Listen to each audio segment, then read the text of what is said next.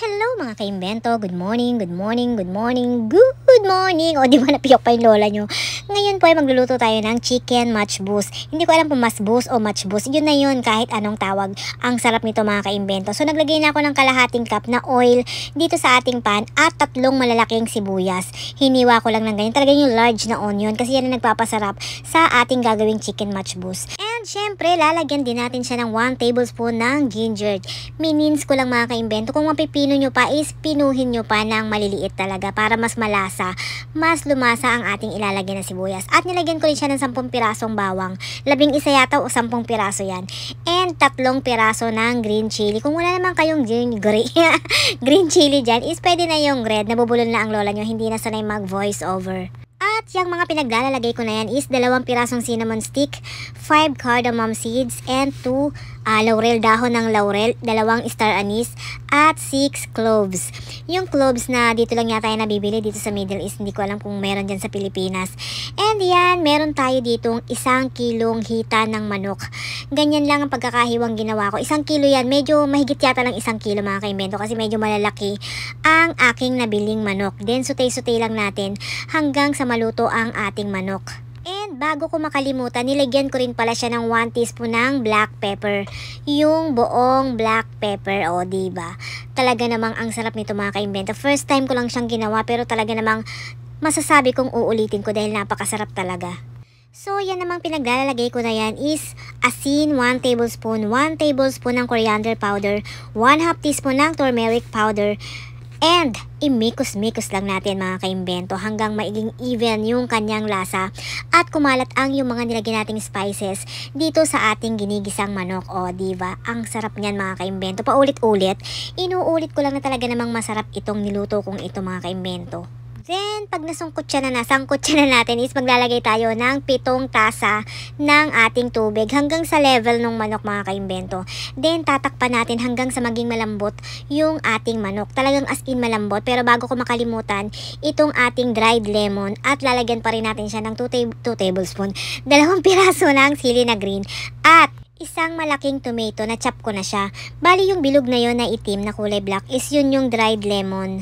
And lalagyan din natin siya ng 1 pirasong chicken cube. Chicken cube, baka naman. At ayan, pag malambot na ang ating manok at nararamdaman nyo talagang malambot na siya, tatanggalin natin siya sa ating sabaw. Itatabi muna natin siya, isa-set aside muna natin siya dahil titimplahan pa natin yung manok ng mga panimpla nila dito, o diba? At pag natanggal na natin ang ating manok, sasalain natin tong sabaw. Kasi dyan natin lulutuin ang ating sinaing dyan sa sabaw na galing sa manok. Yung pinagsabawan ng manok para naman maging mas lalong malasa ang ating gagawing kanin. At kailangan din natin tong piga-pigain para masimot natin ang katas nitong ating mga nilagay na pampalasa. Then, ang susunod naman natin ilalagay ngayon isang ating basmati rice na sinoke natin ng 30 minuto sa tubig. Then, halu-haluin lang natin para naman maging even ang lasa ng ating isasaing dito. Tanggalin na rin natin yung mga mahabang iyan. Pero yung dried lemon is i-leave lang natin yan. Isama natin sa pagsasaing natin yung dried lemon kasi masarap yung pampalasa talaga. Yan, ito namang dal na to is kalahating tasa lang. Binabad ko muna ng 1 oras sa tubig bago ko pinakuluan ng 10 minuto. At ito namang ating sibuyas, 1 large onion. Igigisa natin siya ng walang mantika. Hayaan nating mag golden brown itong ating sibuyas. Gagamitin natin yan mamaya. Kailangan lang muna natin siyang lutuin ng mahusto. Then pag ganyan na siya mga kaimbento, i-set aside muna natin yan. Then ang next naman nating ilalagay ngayon is sa isang pan na malinis. Maglagay lang tayo ng 2 tablespoon na oil. Bali, luluto naman natin dyan ang ating raisins. Eto, balikan muna natin ang ating sinaing. Huwag natin siyang hahaluin mga kaimbento. Iusod-usod lang natin yung bawat gilid para naman hindi masunog ang ilalim. Then yung ating inilagay na 2 tablespoon na oil. And ilalagay natin dyan ang ating raisins. Hayaan nating maluto.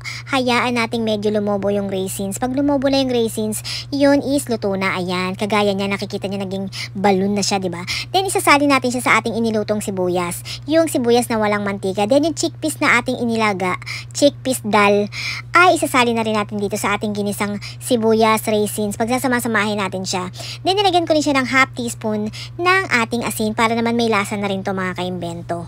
Matrabaho lang talagang gawin itong chicken matchbus pero matutuwa naman kayo sa kalalabasan ng lasa. Talaga namang mapaparami kayo ng kain. Ayan ang ating sinaing is malapit ng maluto.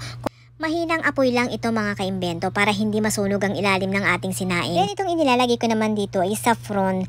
Bali kumuha ko dun sa pinaglagaan natin kanina ng manok ng 1/4 cup ng sabaw. Then nilagyan ko siya ng saffron. Yung saffron yung nilalagay sa lugaw yata yun.